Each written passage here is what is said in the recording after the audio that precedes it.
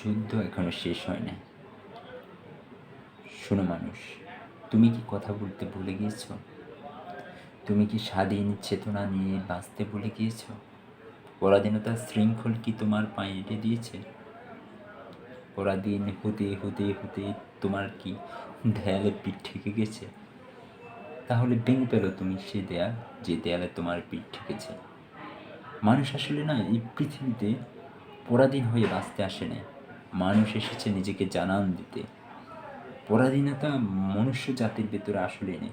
মানুষ পৃথিবীতে সমস্ত বাধা অতিক্রম করে নিজেকে জানান দিতে দিতে দিতে আজকে এই সভ্য সমাজে এসেছে। এই সমাজে এই সময়ে এসে মানুষ আসলে পরাধীনতার শৃঙ্খল নিয়ে বেঁচে থাকতে আসেনি।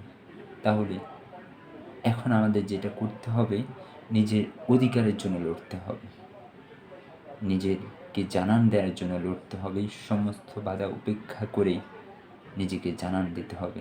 তাহলে শুরু করো লড়াই। আর ততক্ষণ পর্যন্ত লড়াই করো যতক্ষণ পর্যন্ত না তুমি স্বাধীন হতে পারছো, যতক্ষণ পর্যন্ত না তুমি নিজেকে জানান দিতে পারছো, যতক্ষণ পর্যন্ত না তুমি তোমার চূড়ান্ত সুনিশ্চিত বিজয় অর্জন করতে পারছো।